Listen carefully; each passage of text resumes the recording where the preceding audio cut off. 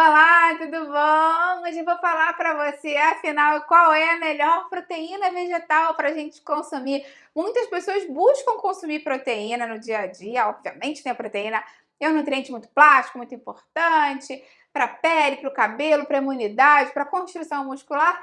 E muitas pessoas buscam mais fontes de proteínas vegetais. E não só os veganos, os vegetarianos, não. Muitas pessoas que consomem carne, enfim, no dia a dia, buscam mais proteínas vegetais para dar uma equilibrada na alimentação. Então hoje eu vou falar para você qual é a melhor delas, fica aí até o final que você não vai querer perder. Se você adora dica de nutrição, saúde, boa forma, você vai amar o canal, aproveita, se inscreve, ativa o sininho, tem vídeo novo todos os dias, você vai amar com certeza. Dá um pulo lá no Instagram, me segue por lá também, porque tem outros vídeos, dicas, novidades e um beijo no nome do canal, @nutricionista Patrícia Leite. Vamos começar a falar mais um pouquinho então sobre essas proteínas vegetais. Muitas pessoas têm me pedido para falar mais especificamente sobre proteínas vegetais. Patrícia, me fala mais sobre as proteínas que a gente tem mais controle aí, né? Mais contato no dia a dia. Proteína da soja, proteína do cânhamo, proteína do arroz, proteína da ervilha. Afinal de contas, qual é a melhor delas para a gente acrescentar no dia a dia? Então vamos começar com um detalhe que é bem importante a gente falar, que é essa questão do valor biológico da proteína. Essa questão de valor biológico é muito importante para a gente falar, porque ela está relacionada à quantidade de aminoácidos que tem numa proteína. A proteína é uma unidade grande e ela, digamos assim, quando a gente quebra ela, a gente tem menores unidadezinhas que se formam como se fosse um cordão de pérolas, digamos assim, né? Tem um cordão e cada pérola dessa seria um aminoácido. E claro que tem pérolas diferentes, então você pode ter aminoácidos diferentes. A gente tem alguns aminoácidos que o nosso próprio corpo produz e a gente tem aminoácidos que a gente não consegue produzir de acordo com degradação de outros, né? Combinação. Então a gente tem que pegar da alimentação. Esses são os aminoácidos essenciais e são esses que a gente tem que olhar mais quando a gente observa um aminograma, né, de uma proteína, quando a gente analisa como é que é essa composição de aminoácidos, porque quando a gente tem todos os aminoácidos essenciais, a gente considera que é uma proteína de alto valor biológico, é uma proteína que vai conseguir fazer com que você fique bem nutrido, enfim, né, que seja mais interessante para a sua saúde. Normalmente as proteínas animais têm todos os aminoácidos essenciais e então elas têm um alto valor biológico. Quando a gente vai falar assim rapidamente, normalmente o que era antigamente padrão ouro era a albumina, que é a proteína do ovo, da clara do ovo. Ela tem um valor biológico de 100, que antigamente era o nosso padrão ouro, era a melhor proteína que existia.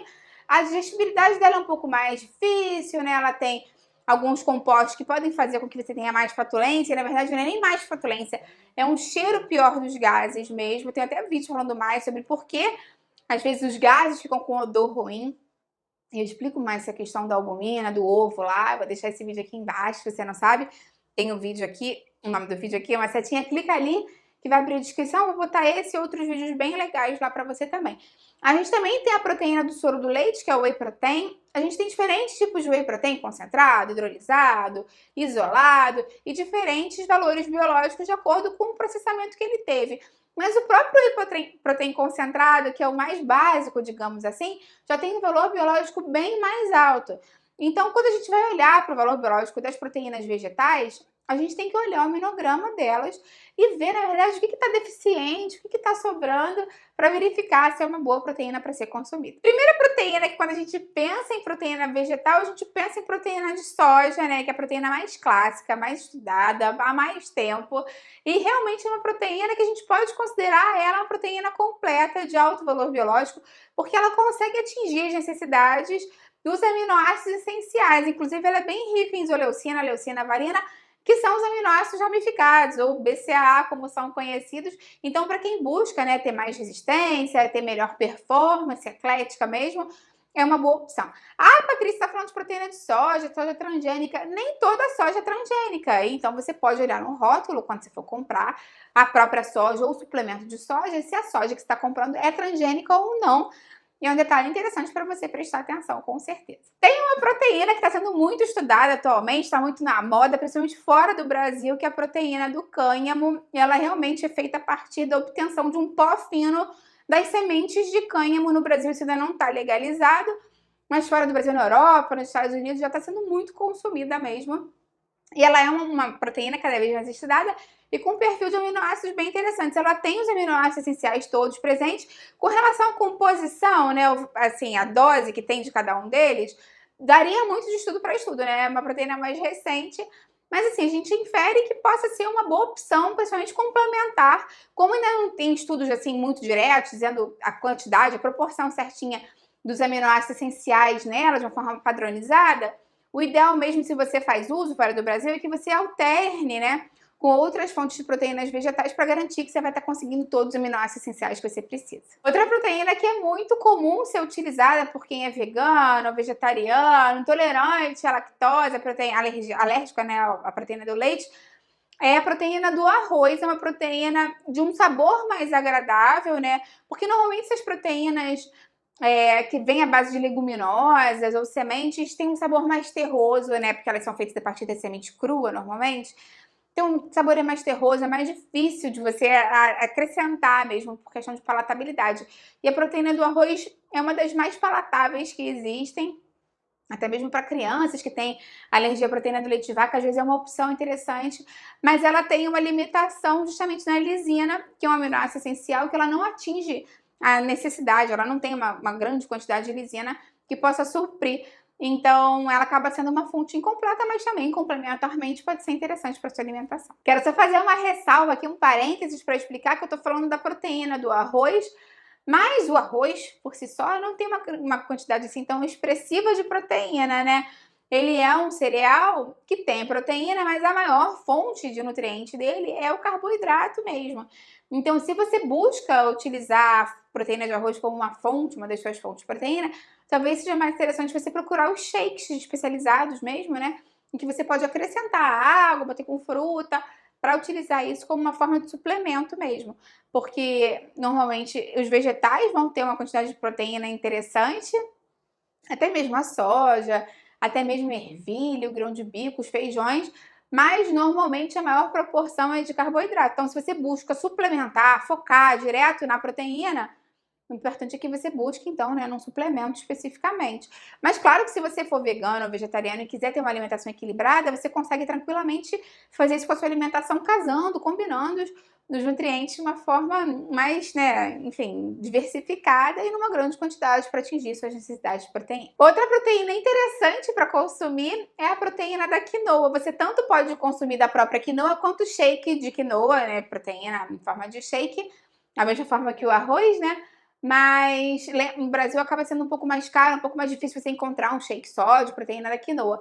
Mas a quinoa por si só tem um perfil de aminoácidos muito interessante, todos os aminoácidos essenciais, e acaba sendo uma ótima opção. Da mesma forma que o arroz, ela acaba sendo mais rica em carboidrato, então complementarmente com o restante da alimentação, você pode acrescentar quinoa, mas lembra que da quinoa você vai ter mais carboidrato do que proteína, mas a proteína que tem ali é de excelente valor biológico e muito interessante para você consumir. A proteína da ervilha acaba sendo a mais discutida atualmente, a mais indicada, porque ela tem muitos aminoácidos essenciais. A proteína de ervilha por si só, normalmente, ela é mais limitante em tirosina e metionina, mas existe um tipo específico de proteína de ervilha, que é a proteína de ervilha amarela, que vai ter, sim, todos os aminoácidos essenciais, uma proporção interessante. Então, isso pode ser interessante você ver no rótulo. A proteína de ervilha também, naturalmente, ela é rica em ferro, que acaba sendo uma preocupação, né, para quem é vegano, vegetariano, atingir os estoques de ferro. Então, por isso, ela acaba sendo uma fonte bem interessante, bem completa, bem nutritiva para quem quer suplementar. No caso da sua proteína de ervilha, se ela não for, por exemplo, da ervilha amarela especificamente, e se ela tiver essa limitação desses aminoácidos, lembra que você pode sempre casar, misturar duas proteínas diferentes, como por exemplo a proteína do arroz e a proteína da ervilha. E essa, na verdade, que eu acho que é a melhor opção, um blend de proteínas vegetais, porque ele vai acabar sendo um pouquinho limitante em alguma delas, né? A não ser que você consuma proteína de soja ou a proteína de cânhamo, né? Enfim, mas no Brasil não tem. Então, o ideal mesmo, se você for usar um suplemento proteico e se a sua única fonte for vegetal, né? Se você for vegano ou vegetariano, que você faça um blend, um mix, ou mesmo que você não compre um blend, compra de ervilha, compra de arroz e consome juntas, né? Um pouquinho de cada, para você já ter o seu próprio blend e garantir que você vai estar consumindo os aminoácidos essenciais todos que você precisa. É bem importante lembrar que quando a gente pensa em atingir as necessidades proteicas para uma pessoa que é vegana ou vegetariana, você tem que pensar nisso em todas as refeições do dia. Então é muito importante que você tente acrescentar alimentos ricos em proteína ao longo do dia inteiro. Lembra que eu tenho um vídeo aqui falando de proteínas veganas, fontes diferentes, vou deixar ele aqui embaixo na descrição para você, alimentos que são bem ricos em proteína que você pode acrescentar no seu dia a dia. Claro que no café da manhã você pode usar um tofu, enfim, você pode usar um leite de soja, um leite de ervilha, um leite, enfim, né, que tenha uma capacidade, uma proporção maior de proteína. Lembra das principais refeições de você sempre acrescentar algumas fontes diferentes proteicas. Por exemplo, o arroz com feijão é uma combinação que salvou o brasileiro ao longo dos anos, porque justamente os aminoácidos limitantes do arroz estão presentes no feijão e vice-versa, então eles se completam.